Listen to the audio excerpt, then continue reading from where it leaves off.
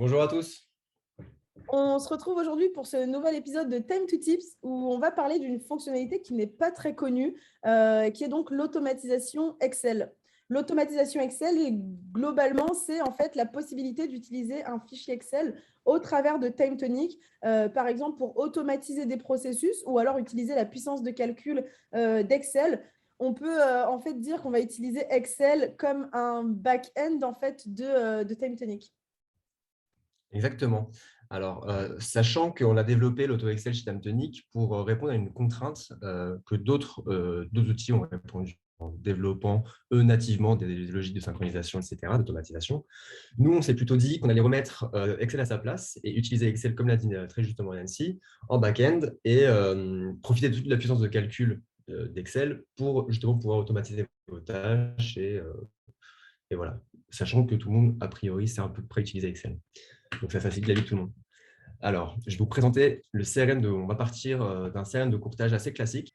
L'idée derrière ce CRM et sur la table de commission, c'est de changer le statut de commission compagnie automatiquement dès lors qu'on enseigne une date de paiement, dans un premier temps. Et dans un second temps, ce qu'on va essayer ce qu'on va même pas essayer de faire, ce qu'on va faire complètement, c'est que lorsqu'on a renseigné une date de payer, de paiement, on va venir récupérer le mois via une formule Tamtonic classique et on va venir écrire ce mois dans le champ de consolidation com.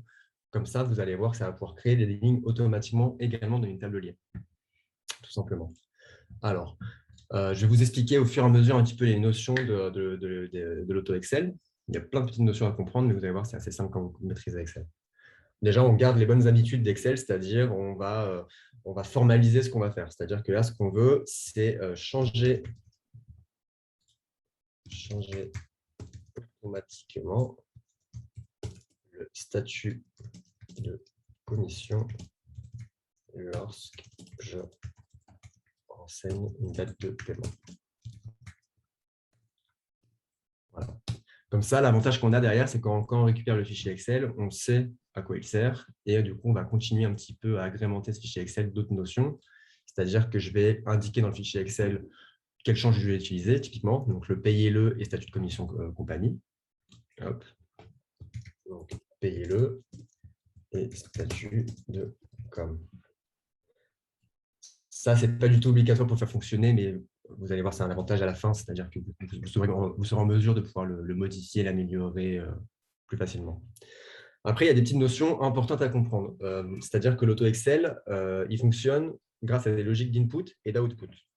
Vous allez voir qu'en fait, la logique d'input, c'est de venir récupérer la donnée existante ou saisie sur Tamtonic, l'écrire dans l'Excel et venir récupérer en output, du coup, ce qu'on veut venir écrire dans Tamtonic. Donc là, en l'occurrence, l'input, c'est le payez-le et le statut de com, c'est l'output. C'est-à-dire que voilà, donc je vais juste le notifier et ça, je vais commencer à rédiger le code de synchronisation dont on aura besoin ensuite sur Tamtonic. Donc, je saisis sur la ligne payez-le in pour indiquer que c'est un input. Je mets un underscore et je vais rédiger le nom de l'onglet. Là, en l'occurrence, j'ai un Excel en anglais, donc mon onglet s'appelle Sheet 1. Pensez bien à mettre les majuscules là où il faut, etc. Pas de majuscules sur le in, tout en minuscule, et le Sheet 1, en fait. Prenez juste vraiment le nom de votre onglet. Ce n'est pas forcément le nom des onglets par défaut, vous pouvez le modifier. Ensuite, on remet l'underscore, et là, je vais lui indiquer sur quel champ, enfin sur quelle cellule du moins, je vais venir récupérer l'information d'input. Donc là, en l'occurrence, je vais utiliser la cellule C2. Et je vais faire la même logique pour l'output. Donc, à la différence près, que je vais changer le in en out pour indiquer que c'est ça l'output. Alors, ce que je vais faire, du coup, je vais commencer à rentrer ma fonction. Et là, je vais utiliser une fonction si classique. Donc une fonction si, où je viens indiquer que je veux savoir si le champ C2 est renseigné. Donc, si C2 n'est pas vide, j'indique que c'est payé. Alors, je vais vérifier, du coup, les statuts disponibles. Donc, reçu. Donc, je vais mettre reçu. Sinon, je vais laisser en attente. Je vais bien mettre les guillemets parce que c'est du texte. Donc là, sachant que c'est vide, par défaut, il me renvoie du coup la valeur en attente. Si je renseigne une date, il va me changer automatiquement en reçu. Donc là, ce que je fais, tout ce que j'ai à faire dorénavant, c'est d'enregistrer mon fichier. Je l'enregistre, voilà. Auto.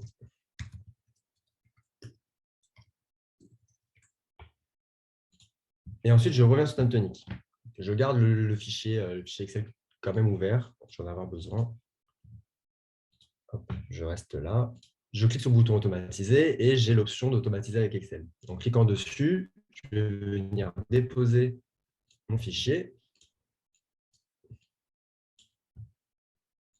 OK. Ensuite, si vous vous souvenez, j'ai renseigné, moi, à la main, ici, un code de synchro. Alors, je vais vous montrer, il y a deux façons de faire.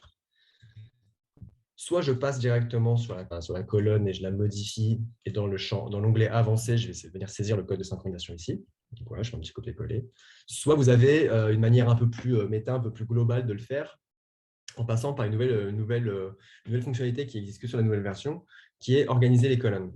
Où est-ce que je vais avoir sous les yeux toutes les notions typiques à chaque colonne. C'est-à-dire que je vais avoir les notions de groupe, les codes de synchro, les codes de colonne, etc. Donc, moi, ça va me permettre de pouvoir copier-coller mes notions d'input et d'output plus rapidement.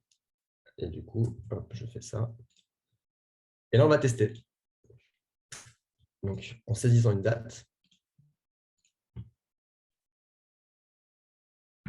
il a automatiquement changé le statut. Du coup, c'est la première logique d'automatisation. On peut utiliser toutes les fonctionnalités d'Excel. Donc là, je vous ai juste montré la fonction ci.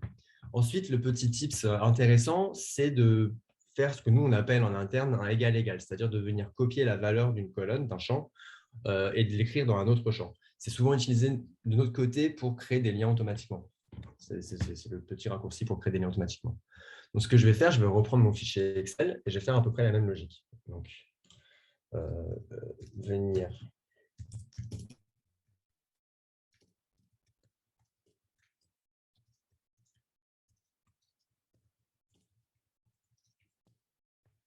pareil, je continue.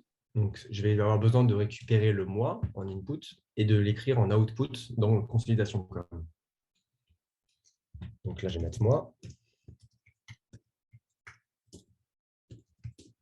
Et tout ce que j'ai à faire, tout simplement, c'est de venir faire un égal-égal, c'est-à-dire que je fais ça égale ça, tout simplement.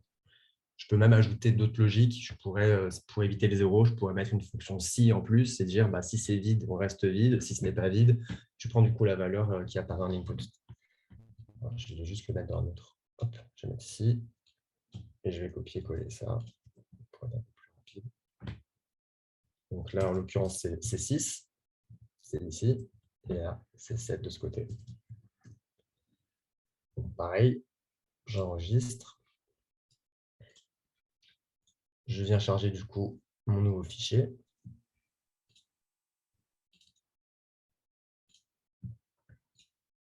Et je mets les balises comme montré précédemment. Et là, ce qui est intéressant, on se rend compte qu'en fait, tu as pu mettre à jour le fichier existant et donc tu n'as pas eu besoin de repartir à zéro sur justement les colonnes qui étaient déjà en synchronisation.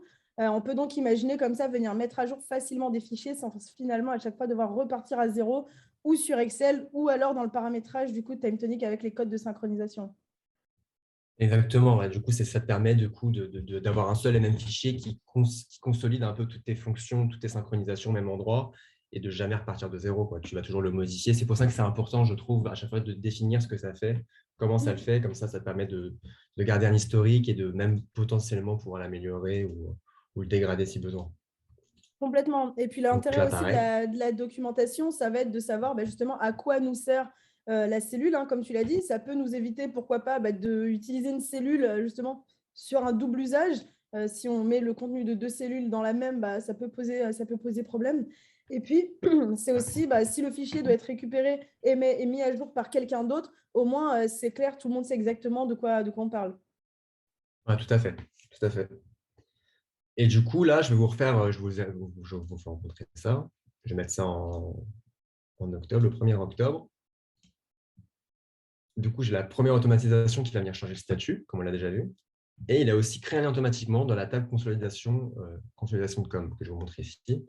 En fait, il a tout simplement créé des liens en automatique qui permettent du coup de consolider toutes mes coms. C'est juste un exemple. Hein. C'est juste pour vous montrer qu'on peut créer du coup des liens en automatique avec TimeTonic.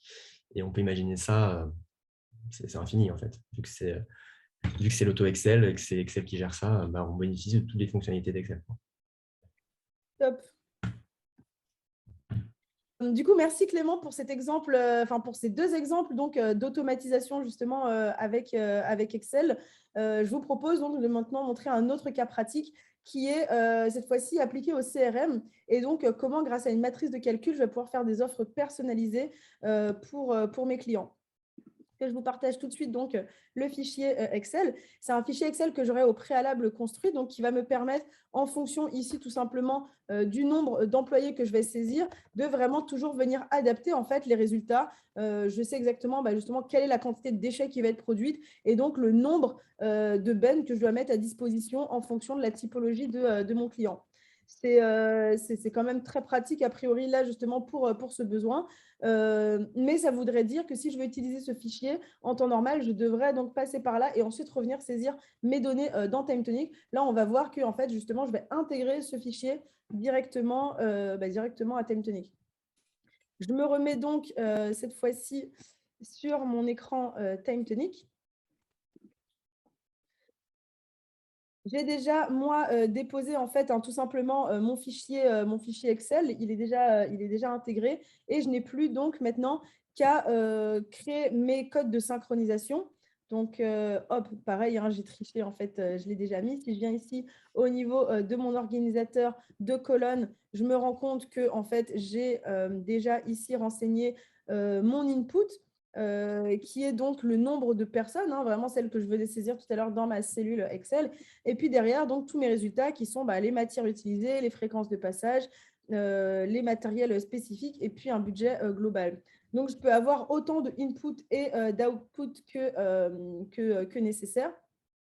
On va prendre exemple, du coup, ici sur un nombre de personnes. Donc, je vais saisir tout simplement, on va mettre ici 500 personnes. Hop, j'ai renseigné cette donnée et là, automatiquement, donc, mon fichier se met à jour et il me propose donc un budget global avec donc toutes les matières qui vont avec, les fréquences. Bon, je vais peut-être m'ouvrir en mode fiche. Hop. Voilà. Ce qui est intéressant, c'est que je me rends compte que je peux récupérer donc aussi bien les formules de calcul, voilà mon budget global, que aussi du texte. Et là, j'ai une offre 100% personnalisée que je peux ensuite du coup directement exporter sur une offre commerciale prête à être partagée. Ça sous-entend du coup qu'on peut, une compagnie qui veut travailler avec TimeTonic, potentiellement n'a pas besoin de jeter à la poubelle tous ces Excel, mais juste les utiliser justement pour des logiques d'automatisation et fiabilisation des données. Tout à fait, c'est vraiment ça. L'idée, ce n'est pas de venir jeter à la poubelle Excel, c'est simplement, comme tu l'as dit très justement tout à l'heure, Clément, remettre Excel à sa place, une feuille de calcul et pas donc un logiciel de gestion. Et c'est exactement comme ça qu'on l'utilise à travers cette fonctionnalité. Merci à tous donc, pour votre participation à ce Time to Tips et j'espère vraiment que ça vous aura été utile. On pensera donc à vous partager, pourquoi pas, sur le blog d'autres exemples d'applications justement pour cette fonctionnalité. D'ici là, voilà, n'hésitez pas à partager ce tutoriel à toutes les personnes à qui ça pourrait être utile. Et puis, on vous dit à très bientôt donc, pour un nouveau Time to Tips. À très bientôt.